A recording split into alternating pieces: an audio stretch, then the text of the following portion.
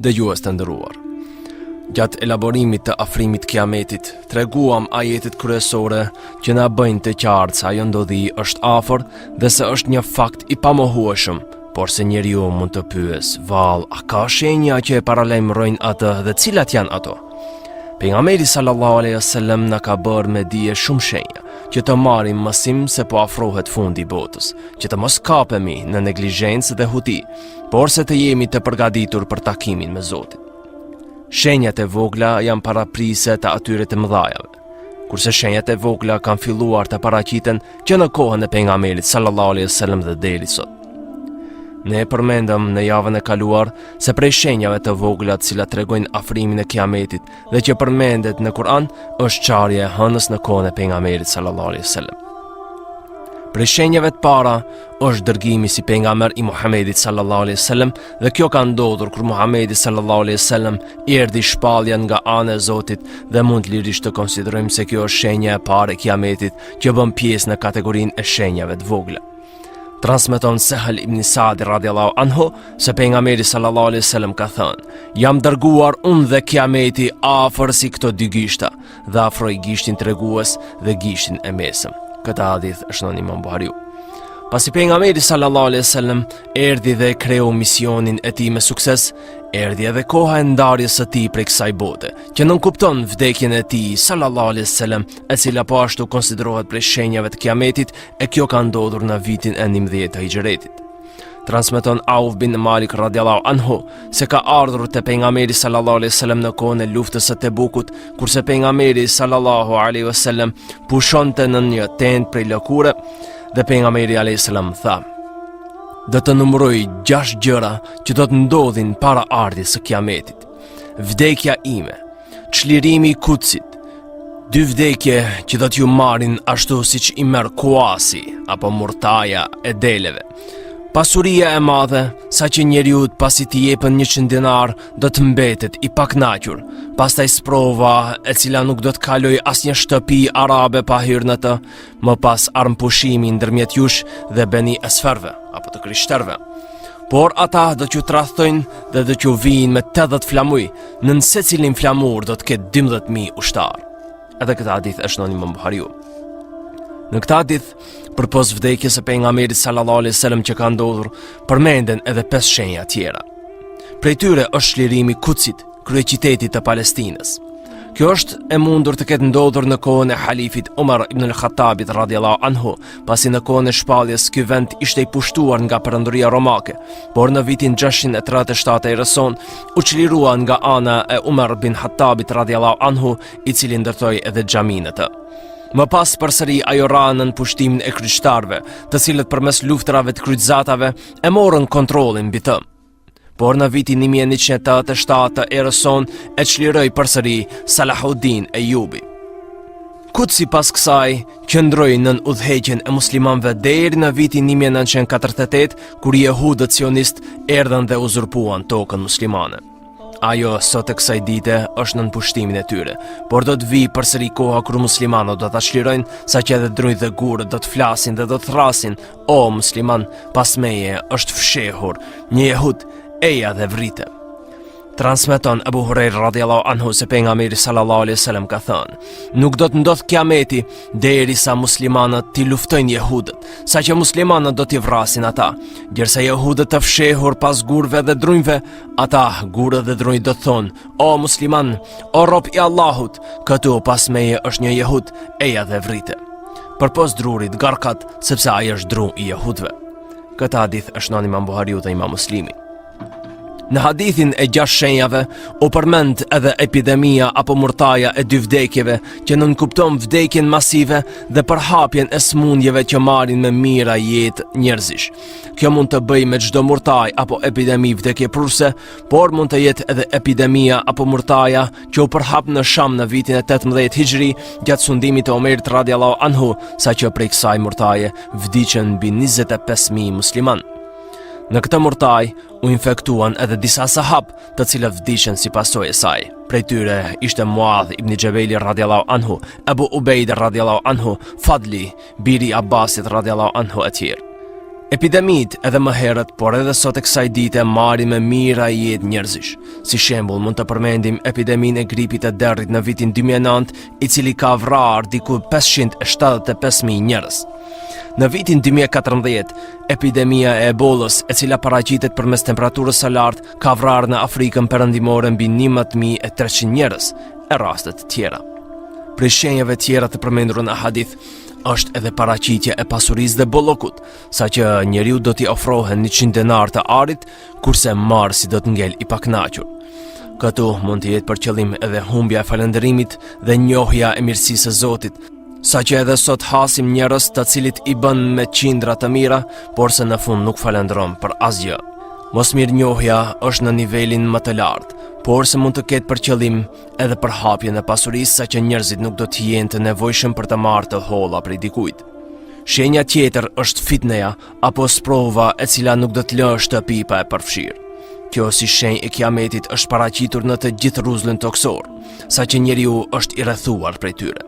Ndërto mund të përmendim shikimi haram, zhveshja e trupit, pornografia, muzika degeneruese, amoraliteti, përzierja e gjinive në çdo sferë, mundësia e lehtë për të rënë në haram e shumë fitne tjera, duke mos haruar edhe fitne në aspektin ekonomik apo ushtarak ose edhe terrorizmi. Po ashtu do të ketë edhe fitne të shumta në bazë të ndarjes nacionale, racore, fraksionale e shumë përçarje tjera. Transmeton Abu Huraira radiallahu anhu se pejgamberi sallallahu alaihi wasallam ka thënë: do të vinë fitne, saqë ai i cili është ulur do të jetë më i mirë se ai i cili qëndron në këmbë, kurse ai i cili qëndron në këmbë është më i mirë se ai i cili ec, ndërsa ai i cili ec është më i mirë se ai i cili vrapon. Si dhe hadithin tjetër të cilin e përcjell gjithashtu Abu Huraira radiallahu anhu se pejgamberi sallallahu alaihi wasallam ka thënë: nxitoni që të punoni para se të vinë fitnet sikur të ishin copat erta të natës, ku njeriu zgjohet besimtar dhe ngryset kafir, ose shkon të flej si besimtar dhe zgjohet kafir. Ai e shet fenë vet për interes të kësaj bote. Gjithashtu prej hadithëve që tregon për rrezikun e përhapjeve të fitneve të shumta është edhe përcjellja që tregon se mbajtja e fesë do të bëhet shumë e vështirë. Transmeton Anas ibn Malik radiallahu anhu se pejgamberi sallallahu alaihi wasallam ka thënë: do të vijë një kohë kur për të qenë i durueshëm për të mbajtur fenë do të jetë më e vështirë se sa të mbash një gad zjarri në dorë. Prej fitneve të rënda në mesin e muslimanëve janë edhe fraksionet dhe ndarjet në grupe, saqë vjen deri në vrasjen e njëri tjetrit. Transmeton Abu Huraira radiallahu anhu se pejgamberi sallallahu alaihi wasallam ka thënë: nuk do të ndodhë kiameti derisa të mos luftojnë dy grupe të mëdha, në mes tyre do të ketë shumë të vrarë, ndërsa thirrja e tyre do të jetë e njëjtë. Në këtë hadith mund të aludohet në luftën e Sifinit, që ndodhi në mes ushtrisë së halifit Ali radiallahu anhu dhe guvernatorit të Sirisë Muaviut në vitin 36 Hijri. Por edhe sot e kësaj dite kemi luftra në mes muslimanëve, ku edhe vrasësi brohoret Allahu Ekber, edhe viktima thot la ilaha illallah. Dhe shenja e gjashtë e përmendur në hadith është armëpushimi në mes muslimanëve dhe të krishterëve, e cila do të zgjas për një periudhë, por më pas ata do ta shkelin marrëveshjen e paqes dhe do të vërsulen mbi muslimanët me një ushtri prej 960.000 ushtarësh. Kjo do të ndodhë në kohën e trazirave të mëdha dhe luftrave të mëdha që do të vinë në kohën e fundit, para se të paraqiten shenjat e mëdha si Dejjalli, zbritja e Isaut alayhis salam. Më pas pejgamberi sallallahu alaihi wasallam ka përmendur edhe disa shenja në hadithin e njohur për shtyllat e fesë, ku Xhibrili alayhis salam i transformuar në pamje njerëzore shkon në ndejën e pejgamberit sallallahu alaihi wasallam dhe pyet në lidhje me imanin, islamin dhe ihsanin. Pasi merr përgjigje për këto pyetje, ai vazhdon me pyetjet mbi kiametin, ku thot: kur do të ndodh kiameti? Pejgamberi sallallahu alaihi wasallam i përgjigjet: i pyeturi nuk din asgjë më shumë se pyetësi, por do të lajmëroj mbi shenjat e saj. Kur robresha do të lindë zonjën e saj, kur barinjt e varfër të deveve me krenari të garojnë ndërmjet vete në ndërtimin e ndërtesave të larta. Në këtë hadith, pejgamberi sallallahu alaihi wasallam na lajmëroi për dy shenja të kiametit, të cilat do të paraqiten në afrimin e fundit botës. Prej tyre është lindja e robreshës së zonjës së vet. Ky hadith mund të ketë disa kuptime, por mund të ketë kuptimin që një robresh të lind fëmijën e saj dhe pas një kohe të ndahen në mes tyre. Pastaj fëmia i saj arrin vend dhe pozit, kështu që nuk njihen në mes tyre. Po ashtu mund të ketë kuptimin e përhapjes së mosrespektit të nënës nga bija e saj, e cila nuk e përfill nënën dhe e trajton sikur ta ketë robresh e jo nën. Apo mund të ketë kuptim që një robresh të lind fëmijë ku nëna jeton në varfëri ndërsa e bija në pasuri. Ndërsa shenja tjetër bën të njohur një fakt që edhe sot e shohim në mesin e njerëzve, ajo është garimi në ndërtimin e ndërtesave të larta. Pra njerëzit të cilët një kohë jetonin në varfëri, me kalimin e kohës kanë arritur pasuri, saqë ndërtojnë ndërtesa të mëdha dhe luksoze, saqë edhe në fshatra shohim garimin në mes njerëzve se cili do të ndërtojë shtëpinë më të lartë. Kjo po ashtu mund të ketë kuptimin e fenomenit të fundit, kur arabat të cilët deri dje kullotnin devet, sot kanë arritur pasuri aq të shumt saqë garojnë në shtetet mes tyre se cila do të ketë ndërtesën më të lartë në botë. Kështu e shohim Dubajin, qytetin e Emirateve të Bashkuara, e cila deri në vitet e 90-ta ishte vend shkretinor, kurse sot është ndër atraksionet më të njohura botërore. Ndërtesa Burj Khalifa në Dubai, e ndërtuar në vitin 2010, momentalisht konsiderohet ndërtesa më e lartë në botë me 880 metra. Po ashtu edhe ndërtesa afër Qabes në Mekë apo kulla e Orës, e cila u ndërtua në vitin 2012, e cila është e lartë 601 metër. Nëse shikojmë listën me ndërtesat më të larta në botë, do të shohim se një numër i madh i tyre janë në territorit e shteteve arabe. Padituria dhe ignoranca është po ashtu prej shenjave të afrimit fundit botës, pasi njerëzit nuk do dëshirojnë të mësojnë, kurse neglizhimi i mësimit e shkatron një vend. Sot ende në botë ka shtete ku numri i analfabetizmit është mbi 20%, si në Sudan, Afganistan, Niger e vende tjera. Transmeton Enesi radiallahu anhu se pejgamberi sallallahu alaihi wasallam ka thënë: nga shenjat e kiametit është se do të ngrihet dituria, do të përhapet ignoranca, do të pihet alkoholi dhe do të shfaqet amoraliteti. Po ashtu edhe përhapja e alkoholit është në nivel të lartë, saqë sot nuk gjehen shitore e cila nuk shet alkohol. Sipas një statistike të cilën e kanë realizuar disa institucione për varfshmërinë prej drogës dhe alkoolit, kanë ardhur në përfundim se 86% e njerëzve në SBA kanë pirë alkohol në jetën e tyre. Në vitin 2012, diku mbi 3.3 milion të vdekur, apo 5.9% e vdekjeve në botë janë shkaktuar si pasojë e alkoolit. Ngjajshëm si ky hadith është edhe transmetimi tjetër ku përcillet prej Enesit radiallahu anhu, i cili thotë: do të tregoj një hadith të cilin askush nuk do t'ua tregoj më pas meje. E kam dëgjuar pejgamberin sallallahu alaihi wasallam duke thënë: nga shenjat e kiametit është se do të paksohet dituria, do të përhapet ignoranca, do të shfaqet immoraliteti, do të shtohet numri i grave dhe do të paksohet numri i burrave, saqë do të ketë 50 gra vetëm për një burr. Sot kushtet për dituri janë të shumta, edhe në aspekt material, edhe në aspekt të arritjes së lehtë tek ajo, përmes internetit dhe mjeteve elektronike, por se padituria mbisundon tek njerëzit. Në mesin njerëzve do të përhapet immoraliteti, saqë sot të rinjt bëjnë gara se kush do të bëjë më shumë zina, kush do të ketë më shumë dashnore. Burrat tradhtojnë bashortit e veta, edhe ato tradhtojnë burrat e tyre. Sot përmes internetit mundsohet afrimi të rinjve në mënyrë të lehtë, sepse qasja në to është lehtësuar. Prej shenjave të kiametit është edhe rritja e numrit të grave, sepse burrat në të shumtën e rasteve pësojnë më shumë nëpër luftra, nëpër aksidente rrugore apo në vendin e punës, që janë prej arsyeve se pse numri i grave në raport me të burrave është më i lartë. Në shumë shtete botërore, numri i grave është më i lartë se numri i burrave.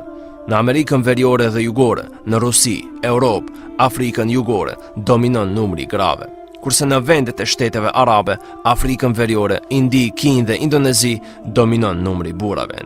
Prej shenjave të vogla të kiametit është edhe paraqitja e gënjeshtarëve dhe dexhallëve, të cilët pretendojnë profecinë pas pejgamberit sallallahu alaihi wasallam, kurse pas Muhamedit alayhis salam më nuk ka pejgamber. Transmeton Ebu Hurajra radiallahu anhu se pejgamberi sallallahu alaihi wasallam ka thënë: afër kiametit do të ketë afër 30 dexhall gënjeshtar, të gjithë pretendojnë dhe thonë se janë pejgamber. Në historinë islame janë paraqitur një numër i madh i gënjeshtarëve, të cilët ka pretenduar se janë profet. Prej tyre mund të përmendim Aswad el-Anesin, Musailem el-Kedhabin, Mirza Ghulam Ahmedi e shumë të tjerë. kështu do të vazhdojnë të paraqiten derisa të paraqitet kryesori prej tyre, Mesihu Dejjal. Në një transmetim tjetër nga Ebu Hurajra radhiyallahu anhu, thuhet se pejgamberi sallallahu alaihi wasallam ka thënë: "Nuk do të ndodh kiameti derisa të fillojnë të përhapen fitnet, të shtohen gënjeshtarët, të afrohen tregjet, të afrohet koha dhe të shtohet harexhi." I thanë: "Çka është harexhi?" Tha: "Vrasjet." Kjo përcillet në formë tjetër nga Imam Buhariu, ku përmes Ebu Hurajrës radhiyallahu anhu transmetohet se pejgamberi sallallahu alaihi wasallam ka thënë: "Nuk do të ndodh kiameti derisa të ngrihet dituria, të shtohen tërmetet, të afrohet koha, të përhapen fitnet, të shtohet harexhi, ajo është vrasja dhe të shtohet në mesin e tuaj pasuria." Në këto dy hadithet e fundit do të ndalemi në analiza për të parë se a hasen sot këto shenja apo jo. Për atyre që u përmendëm më lartë është afrimi i tregjeve. Pra, sot janë afruar distancat e larta, vajtja në treg është bërë e lehtë. Nuk është si më herët që prej fshati deri në qytet i është dashur rrugtim disa orësh, sepse sot përmes automjeteve arrin për disa minuta në qytet. Janë shtuar shitoret saqë sot çdo fshat ka shitoren apo marketin e vet dhe nuk janë të nevojshme udhëtimet e largta për të blerë prodhime. Po ashtu, më herët për tregti me shtete tjera, nëse karavanit janë nevojitur disa javë apo muaj për të arritur në destinacion, sot përmes aeroplanit arrin për disa orë, kurse përmes anijeve dhe treneve arrin shumë shpejt në vendin e dëshiruar. Ngjajshëm afrimi i tregjeve nënkupton arritjen e shpejtë të lajmit të informacionit në lidhje me uljen dhe ngritjen e çmimeve, si dhe mundësinë e shpejtë për të shkuar prej tek njëri treg tek tjetri. Po ashtu përmend edhe afrimi i kohës, kurse kuptimi i saj mund të jetë kalimi i shpejtë i kohës, saqë njerëzit në biseda të ndërsjella në mes tyre, çdo njeri pohon se koha i kalon shumë shpejt pa vërejtur. Mund të jetë për qëllim edhe shkurtimi i gjatësisë së njerëzve, sepse më herët kanë jetuar me qindra vite, kurse sot rrallë kush i kalon mbi 100 vjet. Po ashtu mund të ketë për qëllim afrimin e kohës në kontekst të shfrytëzimit të saj, si për shembull, nëse më herët për të arritur në një shtet tjetër është dashur një kohë e gjatë, sot me aeroplan arrin për disa orë, pra këtij ju ka shkurtuar koha. Po ashtu më herët për të arritur një letër prej një shteti në shtetin tjetër janë nevojitur javë të tëra. Sot nevojiten vetëm disa sekonda për të dërguar një SMS apo shkrim përmes internetit. Sot, në mbar rruzullin toksor, mund të bisedosh me këtë duash brenda disa sekondave. Në hadithin e lartë përmendur, përmendet edhe shtimi i tërmeteve në përbot, saqë sot nuk kalon ditë që të mos ketë ndonjë tërmet diku në botë. Sipas projektit Geonet, në botë ndodhin diku 50 deri 80 tërmete në ditë, kurse brenda vitit ndodhin diku 20.000 të tilla. Një krahasim të vogël në mes disa viteve, shohim një rritje të numrit të tërmeteve, duke mos i krahasuar me vitet e larta, kur numri i tërmeteve ka qenë shumë i vogël. Gjatë vitit 2000, në botë ka pasur 1344 tërmete të shkallës 5 deri 6 Richter, kurse në vitin 2011 ka pasur 2276 të tilla. Shohim se sa janë shtuar tërmetet vetëm brenda 10 viteve, që është një shenjë e qartë e kiametit. Në vazhdim të hadithit, shohim se u përmend edhe shtimi i vrasjeve në mesin e njerëzve, saqë as vrasësi nuk e din përse vret, e as i vrari nuk e din se përse është vrarë. Transmeton Ebu Hurajra radhiyallahu anhu se pejgamberi sallallahu alaihi wasallam ka thënë: "Pasha atë në dorën e cilit është shpirti im, nuk do të përfundoj kjo botë derisa të vijë një kohë kur vrasësi nuk do të di pse ka vrarë, e as i vrari nuk do të di se pse është vrarë." I thanë: "Si do t'jetë kjo?" Tha: "Vrasje, po edhe vrasësi edhe i vrari janë në zjarr. Sot mbi 500.000 njerëz janë viktimë e armëve. Po ashtu përmes luftrave vriten shumë njerëz të tjerë të pafajshëm."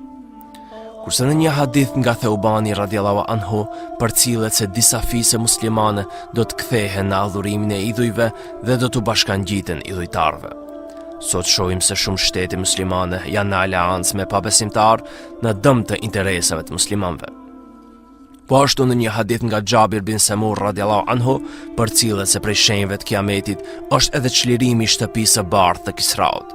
Pejgamberi sallallahu alaihi wasallam ka thënë: "Feja do të qëndrojë e fortë derisa të afrohet kiameti, apo të sundohenin nga 12 halife, të gjithë do të jenë prej Kurrejshve." Po ashtu ka thënë: një grup i muslimanve do ta çlirojnë shtëpinë e bardhë, shtëpinë e Kisraut apo familjen e Kisraut. Këtë hadith është në Imam Muslimin Sahih. Prej shenjave tjera që tregojnë afrimin e kiametit është edhe gjelbrimi i tokave arabe dhe përhapja e sigurisë së rrugës, saqë nuk do të ketë kush frikë për të udhëtuar. Transmeton Abu Huraira radhiyallahu anhu se pejgamberi sallallahu alaihi wasallam ka thënë: nuk do të ndodh kiameti derisa të shtohet pasuria aq shumë saqë njeriu do të del me zekatin e vet e nuk do të gjejë të varfër që ta pranojë zekatin dhe derisa të kthehen tokat arabe me gjelbrim dhe lumej. Kurse në transmetimin tjetër nga Imam Ahmedi vjen me këtë tekst: kiameti nuk do të bëhet derisa të rikthehet toka arabe në kullota e lumej dhe derisa të ecë njeriu nga Iraku deri në Mekë dhe mos të ketë frikë nga asgjë tjetër përpas humbjes së rrugës. Dhe nuk ndodh kiameti derisa të mos shtohen vrasjet.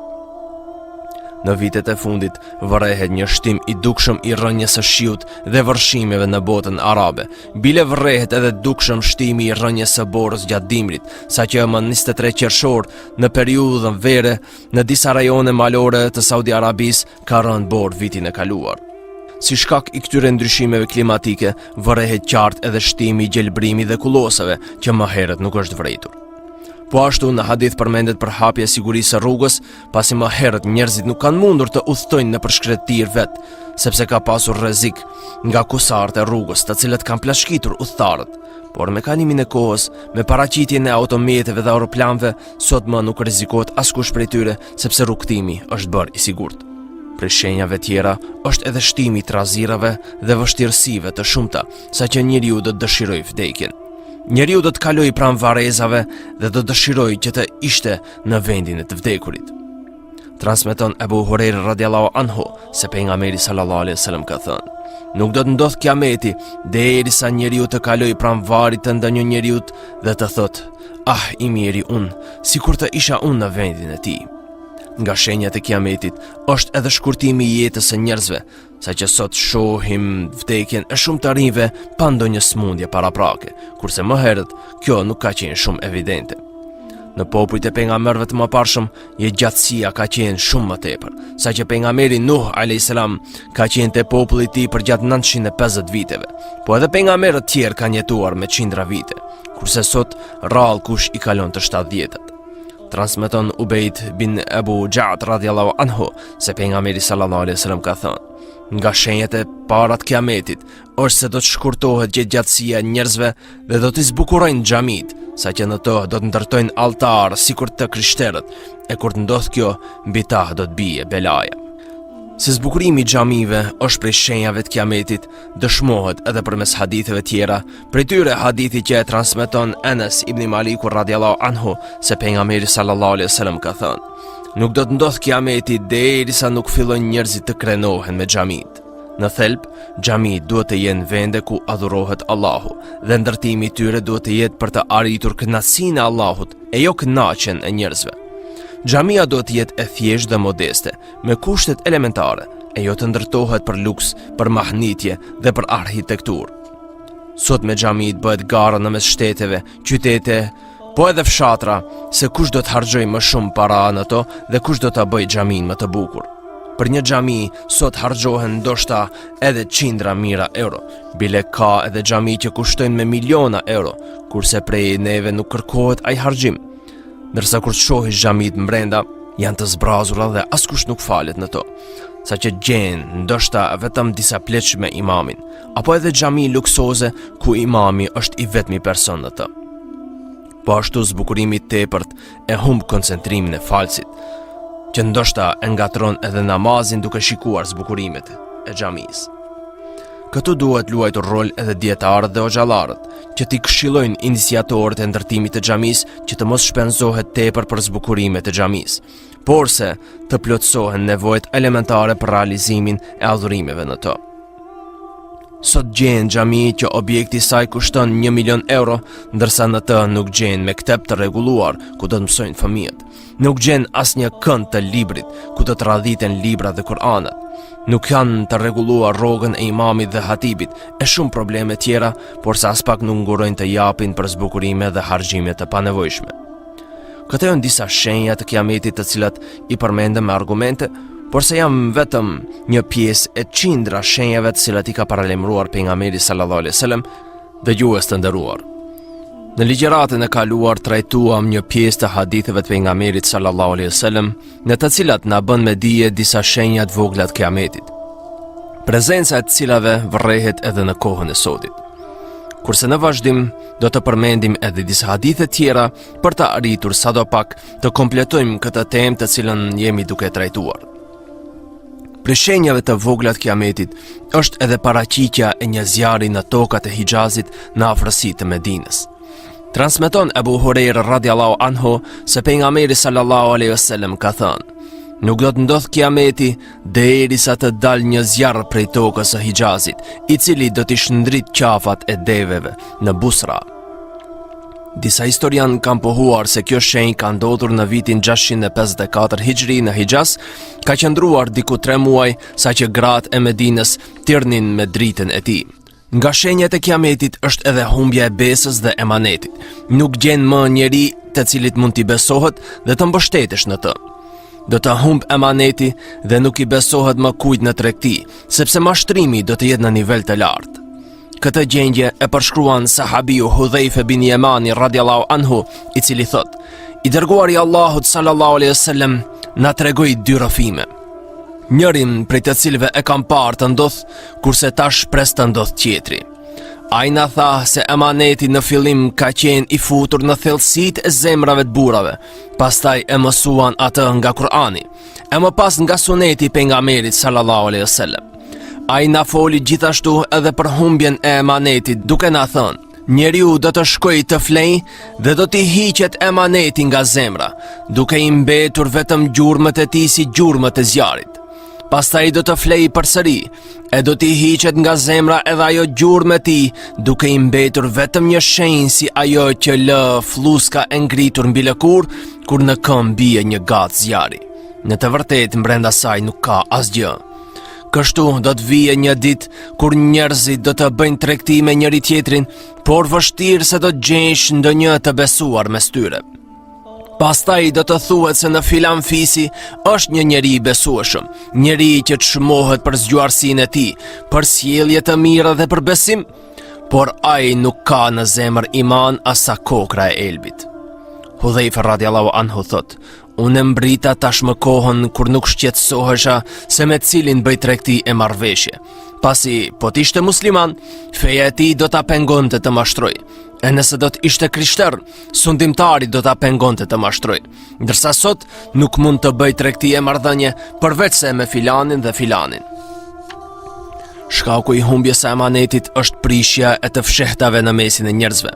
Po ashtu, vendosja e njeriu të papërshtatshëm në vendin e përshtatshëm është shtylla mbi të cilën ngrihen dhe qëndrojnë popujt. Mbi bazë të kësaj zhvillohen vendet dhe qytetrimet. Nëse humb emaneti, prishet ekuilibri, sepse punët lihen në duart e atyre të cilët nuk janë të aftë për atë punë. Sot shohim se politikanë të caktuar marrin poste për të cilat as pak nuk janë të përshtatshëm apo meritor për të. Shohim udhëheqës që vinë në poste duke mos pasur asnjë gjurmë të meritës për atë vend. Punësohen mjek të rinj të cilët ndoshta nuk kanë qenë edhe të rregullt në mësime, por se shkaku i lidhjeve familjare apo shoqërore, po edhe shkaku i korrupsionit i jepet pozitë dhe vend pune, i cili më pas do të shkatërrojë shëndetin e njerëzve. Kështu ndodh edhe në shumë pozita dhe vende tjera pune, si në arsim, institucione fetare, politik, industri, administrat e tjera. Zoti thot në Kur'an në ajetin e 58 surës Nisa, Bismillahirrahmanirrahim: Inna Allaha ya'murukum an tu'addu al-amanati ila ahliha. Allahu ju urdhron që t'u jepni emanetin të zotëve të tyre, të aftëve për të.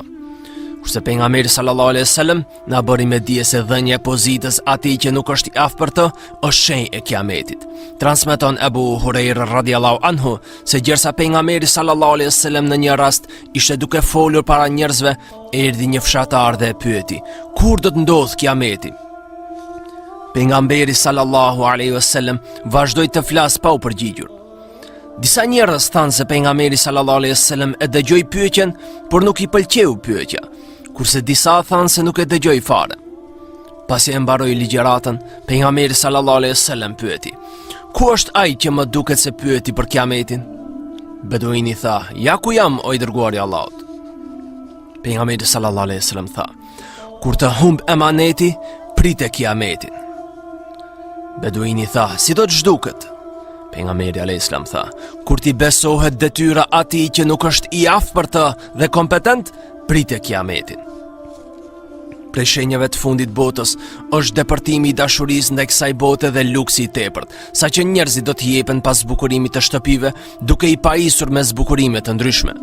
Transmeton Juhayfa radiallahu anhu se pejgamberi sallallahu alaihi wasallam ka thënë: "Juve do t'ju hapet dynjaja, saqë do t'i zbukuroni shtëpit siç zbukurohet qabja."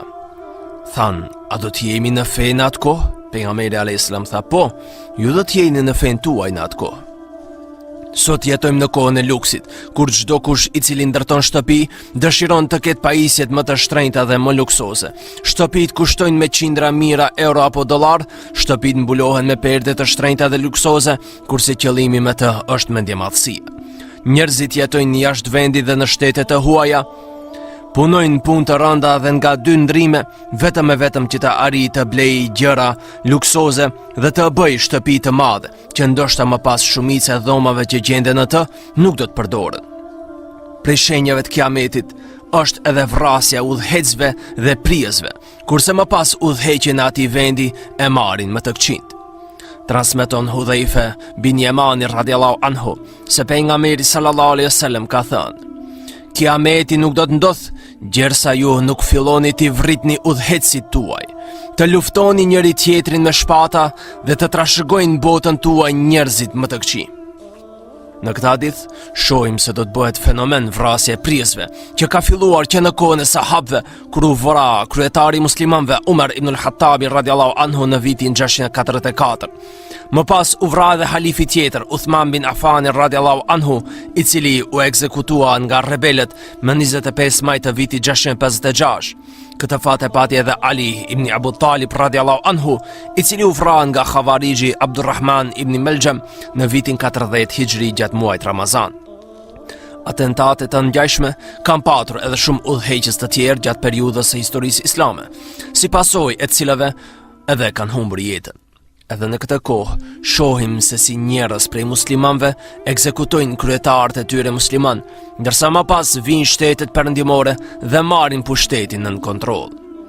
Ky është përshkrimi që po na tregon hadithi ndershëm. Prej shenjave të kiametit që përmenden nëpër hadithe është edhe lufta kundër mongolëve, që janë një fis prej fiseve të shumta turke. Thuhet se turqit kanë qenë 22 fise, ku Dhulkarnejni i ka mbyllur në blokadën e tij 21 prej tyre, kurse njëra ka ngelur jashtë. Ndaj ky është shkaku që morën emrin turk, që do të thonë i lënë, sepse ngelen jashtë blokadës dhe nuk u mbyllën brenda me fise tjera. Por nuk duhet keq interpretuar hadithin që ta rradhiten muslimanët turq të cilët sot jetojnë në Turqi, sepse në këtë mënyrë bëhemi shkak për luftra vëllavrasëse. Kurse hadithi që flet për këtë temë është hadithi që transmeton Abu Huraira radiallahu anhu se pejgamberi sallallahu alaihi wasallam ka thënë: "Kiameti nuk ka për të bërë derisa të luftoni me një popull që nallët e tyre i kanë prej qimeve dhe derisa ti luftoni turqit, të cilët kanë sy të vegjël, fytyrat e kuqe dhe me hunë të shtypura. Fytyrat e tyre duken sikur mburoja të kalitura." Ky hadith mund të përputhet me ndodhit në botën islame në vitin 1258, kur tatarët mogul uzurpuan me luftë tokat e shteteve muslimane. Mongolët nën udhëheqjen e Xhingis Khanit dhe më pas nipit të tij, Hulagu Khanit, përshkruan dhe vërshuan me ushtritë e tyre kundër muslimanëve dhe shkatruan shtetet e tyre. Edhe pse më vonë ata u konvertuan në musliman, por dëmet që shkaktuan ata në rrjedhën e historisë islame bëri që të merr fund epoka e artë e muslimanëve në shkencë. Nëse shikojmë fotografitë e ushtrisë së mongolëve, do të shohim se ata janë portretizuar me sy të vegjël, që është edhe një shenjë e njohur e popujve kinez dhe mongol. Po ashtu fytyrët e tyre të rrumbullakta dhe të skuqura, që janë prej shenjave që paralajmëroi pejgamberi sallallahu alaihi wasallam. Po ashtu, ushtria kishte të veshur këpucë prej lëkurave të kafshëve që qartë vërreheshin qimet në to. Prej paralajmërimeve që ka bërë pejgamberi sallallahu alejhi wasallam për kohën e fundit, është edhe paraqitja e mizorive dhe ndihmësit e sundimtarëve mizor që rrahin njerëzit me kamxhik apo pendrek që ngjajnë me bishtat e lopës. Pa marrë parasysh është kamxhiku i lëkurës, i drurit, i gomës apo materialeve të tjera, të gjithë hyjnë nën këtë përshkrim të hadithit. Transmeton Ebu Umame radiallahu anhu se pejgamberi sallallahu alejhi wasallam ka thënë: do të ketë në këtë ummet në kohën e fundit burra, të cilët do të kenë shkopi si kur të ishin bishta lopësh. Ata shkojnë duke fituar zemrimin e Allahut dhe kthehen me hidhrimin e tij. Në kontekst të këtij hadithi është edhe hadithi tjetër që përcillet nga Ebu Hurajra radiallahu anhu se pejgamberi sallallahu alaihi wasallam ka thënë: dy lloj njerëzish që janë prej banorëve të xhehenemit akoma nuk i kanë parë, nuk janë shfaqur. Një popull që kanë me vete kamxhik që ngjajnë me bishtat e lopës, me të cilat umshojnë njerëzve, si dhe gra të veshura, por të zhveshura, vishen me të holla dhe provokative, kokat e tyre u ngjajnë gungës së devës. Këta nuk do të hyjnë në xhenet e as që do të nuhasin erën e saj, edhe pse era e saj nuhatet prej kaq larg. Këtu shohim se pejgamberi sallallahu alejhi wasallam aludon në përhapjen e padrejtësisë, në përhapjen e dhunës ndaj qytetarëve të pafajshëm, rrahjet dhe dëmtimet trupore që do të jenë pjesë e përditshme e shoqërisë. Po ashtu aludoi në devimin e veshjes së femrës, e cila do të mbulojë trupin me tesh, por në thelb ajo veshje më shumë shpalos prej trupit të saj se sa mbulon. Ajo veshje është tepër e hollë, saqë i duket pjesë e lëkurës së trupit, është gatje të i dukshme. Po ashtu do të jetë e ngushtë që do të tregojë formën e trupit të saj, ndërsa modeli i saj është tepër provokativ për meshkujt. Mbulesa e kokës së saj do të jetë më shumë për modë se sa për adhurim. Por sipas përshkrimit të hadithit, kundërlidh këto dy elemente, pra rrahjen me shkop dhe devimit moral të femrës, nuk është larg përshkrimit edhe ndaj fenomenit të devimit seksual që njihet me termin sadomasoizëm, që është fenomen i hershëm, por edhe në rritje në shumë vende, ku njerëz të caktuar, për të arritur kënaqësi më të madhe gjatë aktit intim, përdorin dhunë dhe nënçmim të partnerit dhe gjatë këtij akti përdorin pajisje të ndryshme. Prej tyre edhe kamxhik që ngjan si bishti i lopës dhe përmes kësaj dojnë të arrijnë kënaqësi erotike. Këta njerëz kanë imagjinatë të devijuar mbi aktin intim dhe dëshirojnë të dëmtojnë tjetrin dhe të shohin vuajtje tek tjetri. Pra, këta njerëz të cilët bëjnë zina dhe përdorin dhunë, do të jenë prej atyre të cilët nuk do të nuhasin erën e xhenetit. Këtu mund të përmendim edhe ndikimin që ka edhe moda perëndimore, e cila mundohet me të gjitha format dhe mënyrat të mbjellë kulturën e saj të devijuar në mesin e popujve musliman. Sot, përmes medjave, na paraqiten modele edhe për mënyrën e mbajtjes së shamis, që në të shumtën e rasteve ndoshta vijnë edhe nga jo musliman. Këto mbulesa më shumë janë për modë sesa për adhurim të Zotit dhe për ibadet. Po ashtu, edhe koncepti i dashurisë është ndryshuar, saqë nuk shikohet bashkëshortja apo bashkëshortja për dashuri dhe plotësim të jetës, por për akte imorale dhe akte të shfrenuara, të cilat mësohen përmes kanaleve pornografike. Kjo është edhe rreziku i imitimit të huajve. Transmeton Ebu Hurajra radiallahu anhu se pejgamberi sallallahu alaihi wasallam ka thënë: nuk do të bëhet kiameti derisa ummeti im të ndjek hapat e popujve tjerë, pllëm pas pllëmbe dhe krah pas krahu. Than, o i dërguari i Allahut, a ke për qëllim persët dhe romakët? Ai tha, e cilët njerëz tjerë përpos tyre? Sot muslimanët imitojnë evropianët dhe amerikanët në çdo gjë, si në mënyrën e udhëheqjes së shtetit, në ligje, në sistemin financiar kamator, në sjellje shoqërore, në dasma, në ceremoni, në festa, në veshje, në zhveshje, në degenerim dhe në çdo mënyrë tjetër. Prej shenjave të kiametit është përshëndetja me selam vetëm me ata të cilët njeriu njihet dhe braktisja e faljes së 2 rekateve gjatë hyrjes në xhami. Transmeton Salim bin Abi Ja'd radiallahu anhu se Abdullah ibn Mas'udi radiallahu anhu u takua me një njeri dhe ai tha: "Selamu alejke, o Ibn Mas'ud." Ibn Mas'udi radiallahu anhu tha: "Të vërtetën e ka thënë pejgamberi sallallahu alaihi wasallam, i cili ka thënë: prej shenjave të kiametit është kalimi i njeriut në për xhami dhe largimi i tij pa i falur 2 rekate namaz në të. Dhe kur njeriu të përshëndes me selam vetëm atë të cilin e njeh." Sot në xhamia, jo që nuk falen 2 rekat namaz për shëndetës për xhamin, por edhe në shumë xhami nuk falet as pak namazi. Ka xhami që hapen vetëm gjatë namazeve të xumas apo bajramit, kurse brenda ditës nuk janë në funksion. Po ashtu, në hadith u përmend edhe kufizimi për shëndetjes me selam, saqë sot është një realitet i pamohueshëm, ku shohim se ka njerëz të cilët përshëndetin vetëm hoxhën me selam, apo vetëm ata të cilët i njohin si e fatar, kurse ndaj tjerëve janë të përmbajtur. Ka të tillë që turprohen të përshëndesin me selam, edhe pse janë musliman të ndershëm. Prej shenjave tjera që përmenden në hadithe, është edhe një kodër me ari që do të zbulohet në lumin Eufrat. Lumi Eufrat kalon nëpër Turqi, Siri dhe Irak. Ky lum në të ardhmen do të zbulojë një kodër me ari. Këtë e dëshmon hadithi që e transmeton Abu Huraira radhiyallahu anhu se pejgamberi sallallahu alaihi wasallam ka thënë: Kiameti nuk do të bëhet derisa lumi Eufrat të zbulojë një mal me ari. Kush e arrin atë kohë të mos marr asgjë prej saj. Sot ky lum ka rënë shumë nga niveli i tij dhe gati për çdo vit bie niveli i ujit për disa metra, ndërsa thellësia e lumit ndoshta fsheh sasi të mëdha të arit që do të delë në shesh më vonë, pasi të fillojnë të paraqiten shenjat e mëdha të Kiametit. Turqia dhe Siria kanë ngritur diga të mëdha për të bllokuar lumin Eufrat, gjë e cila ka shkaktuar paksimin e rrjedhës së ujit në lum. Ndoshta këto mund të jenë shenjat e para për shfaqjen e këtij mali të arit.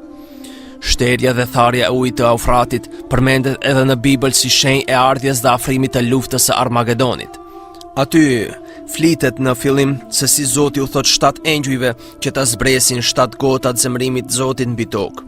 Aty thuhet: Engjëlli i 6 e zbrazi gotën e tij mbi Eufrat, lumin e madh, atëherë lumi u tha. Kështu ju hap rruga për të ndërhyrë mbretëritë e lindjes. Prej haditheve që paralajmërojnë edhe zhvillimin teknologjik që sot janë evidente dhe është e mundur të avancojnë edhe më shumë, aludon edhe hadithi i përcjell prej Ebu Said el-Khudriut radhiyallahu anhu se pejgamberi sallallahu alaihi wasallam ka thënë: Pasha atë në dorën e cilit është shpirti im, nuk do të bëhet Kiameti derisa kafshët e egra t'i flasin njeriut dhe derisa ati t'i flas fshikulla e kamxhikut të tij, rripi i sandallës së tij dhe derisa kofsha e këmbës së tij të tregojë për atë që ka bërë gruaja e tij. Në këtë hadith na tregohet se kafshët e egra do të flasin me njerëzit, që edhe sot e kësaj dite shohim një afrim të tepërt mes njerëzve dhe kafshëve të egra, saqë shohim në cirk se si njeriu ka arritur të bëjë akrobacione me luanat, tigrat, ujqit e kafshët tjera. Ndoshta në të ardhmen do të zbulohet ndonjë aparat apo kompjuter i cili do të mundsojë njerëzve të kuptojnë gjuhën e kafshëve. Eksperimente të tilla janë zhvilluar nga gjermanët që nga lufta e dytë botërore. U përmend edhe të folurit e rripit të kamxhikut dhe rripi sandallës, që ndoshta aludon në zhvillimin teknologjik dhe celularët, ku sot vendohen lloj-lloj pajisjesh në këpucë, saqë kompania gjigante Apple ka prodhuar këpucë të cilët lajmërojnë personin se ku duhet të ndalet e shumë informacione të tjera. Edhe kompanitë Nike dhe Adidas kanë prodhuar patika me senzor dhe që përcjellin informacione. Po ashtu prej lajmeve që na ka treguar për fundin e botës, është edhe lëvizja e kodrave prej vendit dhe zhdukja e tyre. Transmeton Samur radhiyallahu anhu se pejgamberi sallallahu alaihi wasallam ka thënë: Nuk do të ndodh Kiameti derisa malet të shkulen prej vendit të tyre dhe derisa të shihni gjëra të mëdha të cilat nuk i keni parë më herët. Sot kompanitë të mëdha të cilat përpunojnë zallin dhe gurin bëjnë ngërmime të mëdha, saqë brenda disa viteve largojnë të gjithë malin nga vendi. Ngjajshëm veprojnë edhe kompanitë të cilat ndërtojnë banesa dhe rrugë, të cilat largojnë kodrën nga vendi përmes bagerave dhe makinerive të ndryshme, me çka shohim se kodra e cila ishte aty më herët më nuk ekziston. Mund ketë për qëllim edhe rrëshqitjet e maleve, shkaku i tërmeteve apo vërshimeve, ku shpesh ndodh që të shkulen pjesë të kodrës nga vendi vet. Po ashtu në hadith përmendet edhe paraqitja e gjërave të mëdha, të cilat më herët nuk kanë ekzistuar. Këtu mund të jetë për qëllim avancimi teknologjik që çdo ditë zbulohen gjëra të cilat më herët nuk kanë ekzistuar. Po ashtu mund të jetë për qëllim zbulimet shkencore, të cilat nxjerrin në pah gjëra që askush më herët nuk i ka ditur. Pra çdo gjë e re e cila më herët nuk ka qenë e njohur hyn në këtë kategorizim. Nga shenja që përmendi pejgamberi sallallahu alaihi wasallam është edhe shoqërimi i gruas me burrin e saj gjatë tregtisë. Transmeton Abdullah ibn Mas'ud radhiyallahu anhu se pejgamberi sallallahu alaihi wasallam ka thënë: Para Kiametit, njerëzit do të përshëndesin me selam vetëm ata që i njohin. Do të përhapet tregtia, saqë gruaja do të marrë pjesë në tregti me burrin e saj. Do të ndërpriten lidhjet familjare, do të përhapet dëshmia e rrënjshme, si dhe do të fshihet dëshmia e saktë dhe do të shfaqet lapsi. Kur përmendet këtu përhapja e tregtisë, në ditë të sodit këtë mund ta kuptojmë shumë më mirë, kur shohim se në çdo skaj janë përhapur marketet e shitjes, saqë shumica e njerëzve i frekuentojnë ato në shoqërim me bashkëshortet e veta, ku nuk sheh njeri të del të bëj tregti vet, por vetëm duke pasur grua në shoqërim të tij. Se do të ndërpriten lidhjet familjare, edhe kjo është evidente, sepse shohim se shumë njerëz janë larguar nga familjarët e vet, saqë nuk dëshiron të ketë asnjë raport me ta. Njerëzit do të dëshmojnë rrejshëm edhe pse nuk kanë qenë dëshmitar. Do të shohin të keqin duke vepruar pa drejtësi, por do të fshehin dëshminë kundër tij. E dinë se njeriu është i pafajshëm, por do të dëshmojnë kundër tij si agresor. E këto fenomene i kemi sot prezent kur shohim padrejtësitë e shumta që bëhen në përgjyqje. Kurse sa i përket përhapjes së lapsit, nënkupton përhapjen e shkrimit përmes aparateve të ndryshme, si kompjuter, celular, aparate transkriptimi, kështu do të vinë gjenerata, të cilët nuk dinë se çka është lapsi, sepse shkruajnë vazhdimisht përmes mjeteve elektronike. Prej shenjave të afrimit kiametit është edhe moskujdesi i njeriut se si e fiton pasurinë e tij, a është halal puna apo është haram. Transmeton Abu Huraira radhiyallahu anhu se pejgamberi sallallahu alaihi wasallam ka thënë: do të vi koha kur njeriu nuk do të kujdeset se si e fiton pasurinë, a është halal apo haram. Sot shumë njerëz punësohen nëpër punë të ndryshme, kurse veprimi në të është e gjitha përmes formave të ndaluara. Ndër këto ndalesa është edhe puna me kamat, sepse edhe përhapja e kamatës është prej shenjave të fundit. Transmeton Ibn Mas'udi radhiyallahu anhu se pejgamberi sallallahu alaihi wasallam ka thënë: kur të afrohet kiameti, do të përhapet kamata, zinaja dhe alkoholi. Sot nuk ka kompani e cila nuk merret me kamat, nuk ka shoqëri ku nuk ka depërtuar zinaja dhe nuk ka market, shitore dhe kafenene për qytete ku nuk shërbet alkoholi. Bile edhe në për ndërmarrjet e muslimanëve i gjejnë këto fenomene. Zinaja do të përhapet aq shumë sa që rrugëve do të gjensh prej tyre që kryejnë zina. Hapen bordele ku shërbehen njerëzit me zina dhe njerëzit sot puthen mes tyre në rrugë e as pak nuk kanë turp. Transmeton Abu Huraira radhiyallahu anhu se pejgamberi sallallahu alaihi wasallam ka thënë: pasha atë i cili ka shpirtin tim në dorën e tij.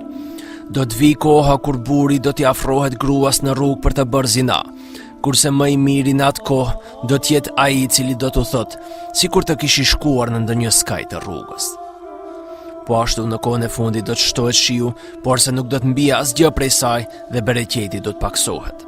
Transmeton Abu Huraira radhiyallahu anhu se pejgamberi sallallahu alaihi wasallam ka thënë: thatësia e tokës nuk vjen vetëm prej mosrënies së shiut, por ajo vjen edhe kur mbi ju bie shiu dhe nga toka nuk mbin asgjë. Edhe hëna do të fillojë të ndryshojë formën e saj. Transmeton Enes radhiyallahu anhu se pejgamberi sallallahu alaihi wasallam ka thënë: prej afrimit të kiametit është edhe fryerja e hënës. Hëna e natës së parë shihet dhe njerëzit thonë se është dynetshë. Edhe xhamit do të bëhen në rrugë kalimi, nuk falet kush në to, dhe të shtohen vdekjet e papritura. Në hadith po ashtu potencohet edhe largimi i njerëzve nga xhamit, saqë rrallë do gjehet dikush të falet në to. Ato do të shërbejnë vetëm për kalim dhe rrugë, kurse nuk do të falet kush në to. Po ashtu do të shtohen edhe vdekjet e papritura, si sulmi në zemër, aksidentet rrugore apo ato ajrore. Më herët njeriu e ndjente afrimin e vdekjes, rinte disa ditë i smur dhe kuptonte se kjo ishte smundja e vdekjes. Ai kishte kohë të shkruante testamentin, merrte hallallok me familjen dhe të afërmit, pendohej dhe përsëriste shahadetin. Kurse sot e takon njeriu e shëndosh në rrugë, pas disa çasteve dëgjon se filan personi ka vdekur pa pritmas. Prej shenjave të kiametit është edhe shtimi i vetëtimave dhe bubullimave, e cila në të shumtën e rasteve do të vret edhe njerëzit. Rufeja është shkarkim elektrik i fuqishëm që ndodh në ajër në kohë bubullime dhe shiu. Edhe popujt të mëhershëm janë shkatruar përmes vetëtimës. Kurse për faktin se është prej shenjave të kiametit, është transmetimi nga Abu Said al-Khudriu radhiyallahu anhu se pejgamberi sallallahu alaihi wasallam ka thënë: do të shtohen në rufet afër kiametit, saqë do të vijë njeriu te një popull dhe do të thotë: kë vrau rufeja në anët tuaj këtë mëngjes, ndërsa ata do të thonë: vrau filani dhe filanin. Në botë janë shtuar vetëtima dhe rufet, ku si shembull do të përmendim Amerikën, ku brenda një viti vriten diku 40 deri 50 veta brenda vitit. Gjatë vitit 2007, vetëtima atje ka vrarë 45 njerëz, kurse në nivel botëror, numri të vdekurve prej rufes arrin në 24.000 njerëz brenda vitit. Vetëm në Shoba bien 22 milion rufeja brenda vitit. Në çdo sekond në botë, rufeja godet diku 40 deri 50 herë tokën, ndërsa gjatë vitit është diku 1.4 miliard. Nga shenjat e kiametit që sot e shohim qartë për hapur në mesin e njerëzve, është edhe hadithi që përcillet nga Imran bin Huseini radhiyallahu anhu, se pejgamberi sallallahu alaihi wasallam ka thënë: njerëzit më të mirë janë ata të brezit tim, e më pas ata që vinë pas tyre, e më pas ata që vinë pas tyre. Më pas do të vinë popull që dëshmojnë, kurse prej tyre nuk kërkohet të dëshmojnë. Të tradhtojnë dhe nuk mund të besosh, premtojnë dhe nuk e mbajnë premtimin, dhe do të shfaqet tek ata obeziteti, trashja dhe shtimi i kilogramëve. Këtu shohim se pejgamberi sallallahu alaihi wasallam paralajmëroi për smundjen e obezitetit apo shtimit të peshës trupore, si pasojë e ngrënies së tepër dhe pa kontroll, shtimi i ushqimeve dhe pijeve të cilat nuk janë të shëndetshme dhe të cilat shkaktojnë shtimin e peshës trupore. Udhtojnë vazhdimisht me vetura dhe nuk merren me aktivitete sportive. Sot 1/6 e banorëve të botës vuajnë nga bipesha dhe është një problem në rritje, si tek të rriturit, ashtu edhe tek fëmijët. Në Amerikë, më shumë se 36.5% e të rriturve kanë probleme me obezitetin. Në botë, 1,5 miliard njerëz janë bipesh, 43 milion fëmijë në moshën 5 vjeçe janë po ashtu me probleme trashësie trupore. Edhe një hadith tjetër na tregon për ndryshimet drastike që ndodhin në konstruksionin e xhamisë së Qabes dhe haremit, që më herët ka qenë vetëm një rreth i vogël, kurse sot është zgjeruar në përmasa të mëdha. Për këtë na shërben transmetimi i Abdullah bin Amrit radhiyallahu anhu, i cili ka thënë: si do t'jetë puna juaj kur ju të shemni Qaben dhe nuk keni për t'i lënë asaj asnjë gur? Të pranishmit i thanë: a në Islam do t'jemi në atë kohë? Ai tha: po, ju do t'jeni në Islam. Thanë: po pastaj çfarë do të ketë? Ai tha: pastaj do të ndërtoni më mirë se ka qenë. Kur të shohësh të hapen tunele dhe të shikosh që ndërtesa të ngrihen mbi majat e maleve, dije se çështja është afruar, kiameti është afruar. Sot në Mekke janë hapur shumë kanale dhe tunele nëntoksore, edhe atë nëpër kodra. Duke hapur rrugë për haxhint, po ashtu janë bërë kanale dhe tubacione të mëdha për furnizim me ujin e Zemzemit. Po ashtu janë ngritur ndërtesat mbi majat e maleve, saqë vetëm ndërtesa e orës, që edhe simbolizon orën, saatu të kiametit, është mbi kodrat e Mekës. Po ashtu nga shenjat e fundit është edhe paraqitja e njerëzve fetar, por që familjen e kanë të devjuar. Hadithi po ashtu aludon edhe në paraqitjen e mjeteve të reja të udhëtimit. Transmeton Abdullah ibn Amri radhiyallahu anhu se pejgamberi sallallahu alaihi wasallam ka thënë: do të ketë në fundin e këtij ummeti burra të cilët hipin shaluar mbi diçka të madhe, derisa të zbresin para dyerve të xhamisë. Gratë e tyre janë të veshura, por të zhveshura. Kokat e tyre i kanë si gungat e devës, ato janë të mallkuara. Këtu shohim se tregohet për njerëz të cilët do të vinë në xhami me veturat e tyre, kurse kur të shohësh gratë e tyre janë të zhveshura dhe mbajnë veshje provokative. Të gjitha këto devime do të pasojnë si humbje diturisë, e dobësimit fesë, dhënia pas epsheve, largimi nga udhërimi dhe prishja dietarëve, saqë njerëzit do të pyesin ignorantët për fenë e tyre. Transmeton Abdullah ibn Amr el-Asi radhiyallahu anhu se pejgamberi sallallahu alaihi wasallam ka thënë: Allahu nuk do ta merr diturinë me rrëmbim, duke e rrëmbyer atë para njerëzve, por do ta marr diturinë përmes vdekjes së dietarëve. Dhe kur nuk do ta lër asnjë dietar, bota do t'i zgjedh të paditurit për udhëheqjes. Populli do t'i pyes ata, ndërsa ata do të përgjigjen pas një dituri. Kështu ata vetë do të devjojnë dhe po ashtu do t'i devjojnë edhe të tjerët. Po ashtu është pyetur Sejd bin Xhubeir radhiyallahu anhu se cila është shenja e afrimit shkatrimit njerëzve. Ai tha: kur të shkatrohen dietarët e tyre. Këto ishin disa prej shenjave që tregojnë afrimin e fundit botës. Edhe pse ka edhe shumë të tjera të cilat nuk i kemi përmendur shkaku i kohës, por nëse i shikojmë me vëmendje, të gjitha janë prezente në ditë të sodit. Kurse ne në ligjëratat e ardhshme do të flasim mbi shenjat e mëdha të kiametit, e Zoti na dhash mundësinë të përmirësohemi dhe të pendohemi para ardhjes së asaj dite të madhe. Përfund ju ngelni përzemërsisht të përshëndetur me përshëndetjen islame. Assalamu alaikum wa rahmatullahi wa barakatuh. Subhanakallahumma bihamdik, ashhadu la ilaha illa ant, astaghfiruka wa atubu ilayk.